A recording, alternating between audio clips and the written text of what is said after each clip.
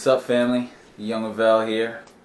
Today I want to talk about the top 3 perspectives that woke me up, kind of changed my life, to be honest. And this is going to be a bit red pill.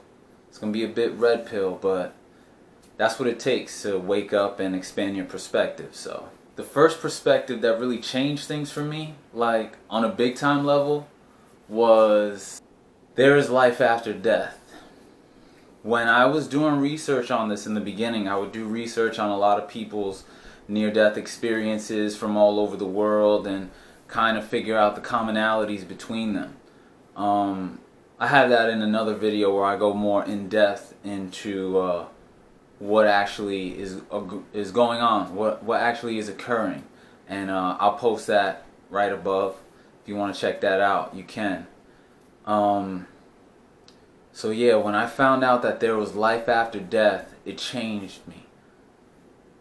It changed me for the simple fact that I started to realize that, oh snap, I'm eternal. I live forever. And when that really sinks in, you know, that you are an eternal being, it kind of like, dang, it kind of frames life differently. Like, okay, now you have questions like, why am I here? What is my source? You know, where do I come from? And, you know, you do more research into that and you start to realize that life, you know, taking birth and death are parts of it. Birth and death are parts of life. You know, life does not end. It's eternal. And we all come from the same source. You know, God, whatever you want to call it. I call it Krishna. Because that just means all attractive, the most attractive personality. And it moved me. It moved me on a soul level, on a real deep level, where a perspective like that can make your experience with life deeper. It can raise the quality of it, and that's what it did for me. It made it so where that depth seeped into my actions. You know, I'm not perfect. You know, I'm still human and I still make mistakes and have done stupid stuff. But the baseline, I was always able to come back to, okay, it's bigger than me though. You know, my actions, my source is love. I'm just going to put it out there. My source is a greater expanse of love. You know that whole saying, God is love, and you know, but it's your relationship with that grand personality is personal. That's what I have come to find out, you know, doing all this research. It's personal. It's something that is not going to be the same experience for everybody. But the commonality of that relationship is there. So, I am eternal. There's life after death. That is huge. That's huge when we're talking about, you know, the troubles of the planet, and it frames this whole experience simply as that. Like, this is just an experience. So, how can I be better within this experience? Because one day we're not going to be here. We'll be elsewhere, you know, and that's also something that I ponder on. And it makes me look at the time that I spend here as more valuable. You know, I want to make it really worth it and make this place better, you know, by my presence than when I found it. So yeah, that's the first perspective. The second perspective is we are not alone. And we've never been alone.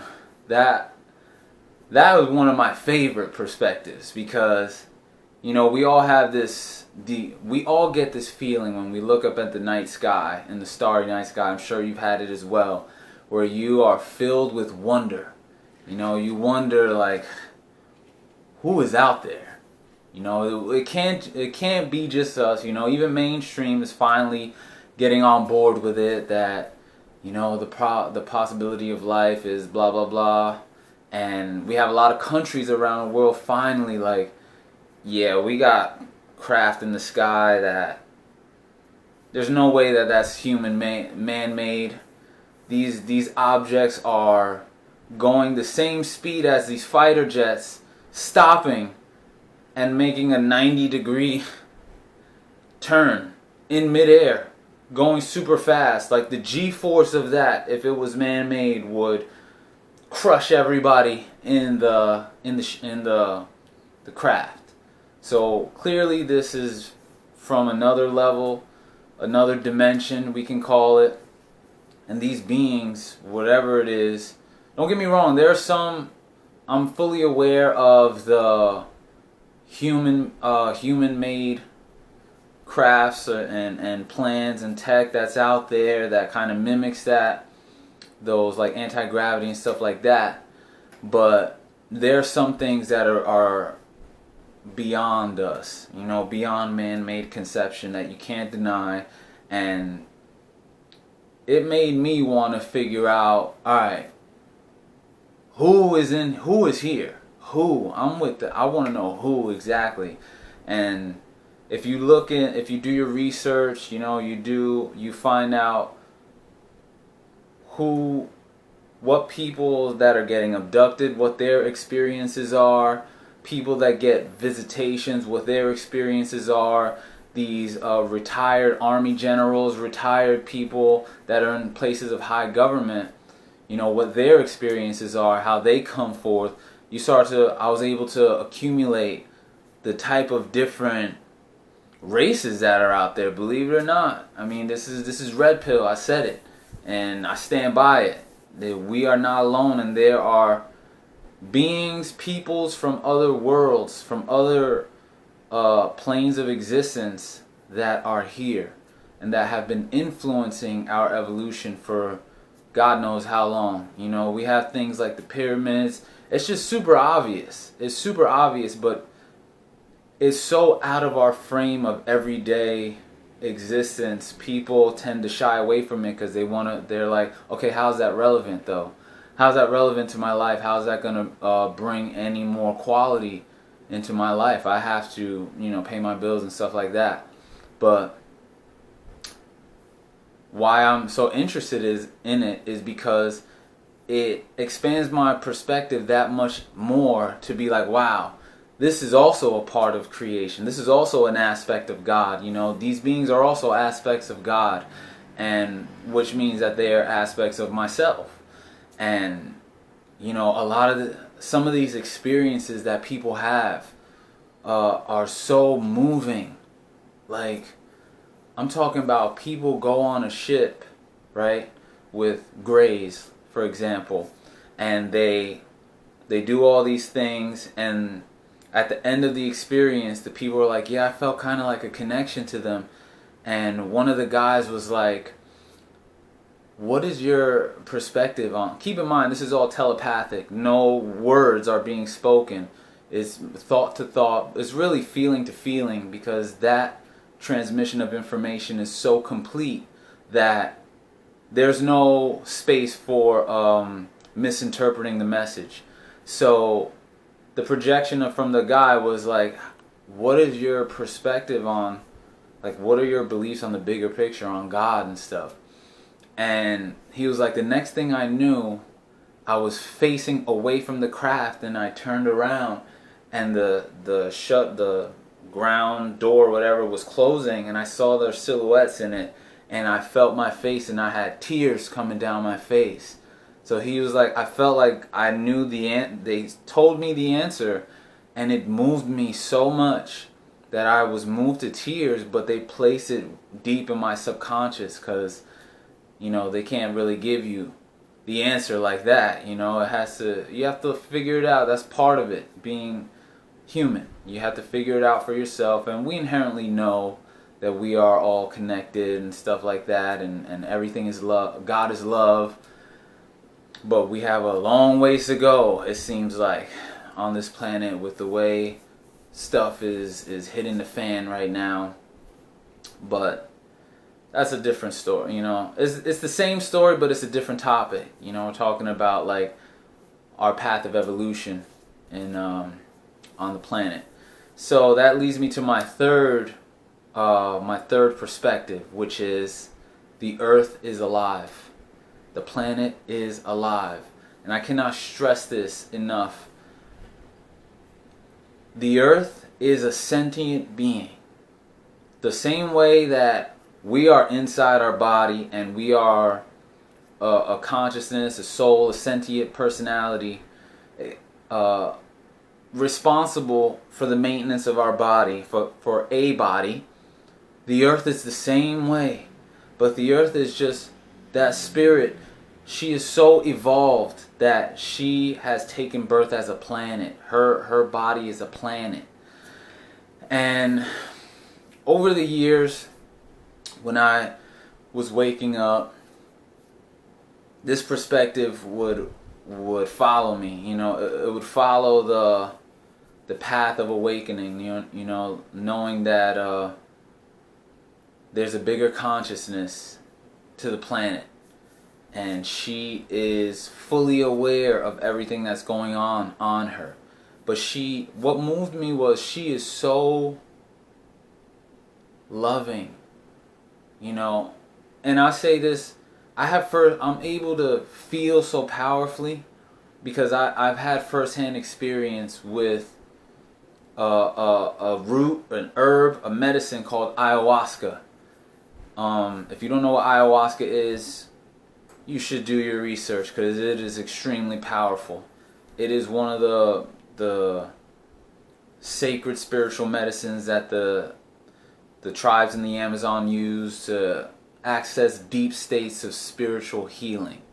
You know, that's because it puts you in altered states of consciousness through a molecule called DMT, dimethyltryptamine, which is produced most in your brain when you sleep, when you are born, and when you die. So this is a molecule that is tied to other realms on your soul level. You cannot hide when you ingest this drink and flood your brain with DMT. Everything that you've hidden in your soul will come up, you know, and it comes up as a healing in order to be released, because in order for something to be released, it has to be acknowledged. So the fact that that's available to us, and it's a spiritual healing, it shows me the nature of our relationship with the Earth. You know, it's more than just I live on the planet, you know, I can build a house on here, you know. It's more than that. It is so much more than that. And she provides this and does not ask for anything, you know. And that moved me. That moved me a lot because I was always into animals and stuff like that. And like it intrigued me how large the Earth is and how small we are relative to it. And yet everything is part of this interconnected system on her. You know, somehow all these things have a role. You know, so she is a complete system. And don't get me started on the fact that I found out the other day, maybe like a month ago, that you remember how we got the news that we were destroying the ozone layer and there was a big hole in the ozone layer. Come to find out, the ozone layer, I recently found out, is closing up. She's healing herself. The ozone layer is healing itself. And it was so nice because this was on a documentary called One Strange Rock on Netflix. Please, it is a great show. I highly recommend it. It's a great documentary. And they were speaking of the Earth as if she's an alive system. Like she is alive. You know, kind of like Awa in Avatar, where Sigourney Weaver was like, you know, look at all these neural networks, or look at all these networks. The trees are talking to each other, and the guy tried to brush it off, and she was like, "Yo, that's more connections in the human brain, my brother. Like, get it together and read between the lines." So I was super excited when I heard that she's healing herself, because now this is starting to become mainstream where we're finally, as a species, starting to understand that the earth is a sentient being. She's healing herself just the same way as the body heals itself. And that's super powerful.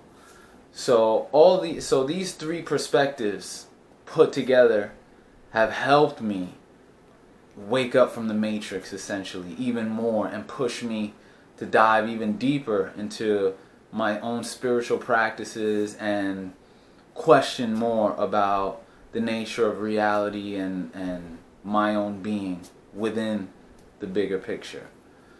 So, yeah, there's life after death. We are not alone, and the earth is alive. So, if you guys have any questions or are wondering where I get these sources from, hit me up in the comments. So yeah, thanks for tuning in. If you got anything from this video, be sure to share, like, comment, subscribe, and remember, a greater perspective can lead to a greater connection.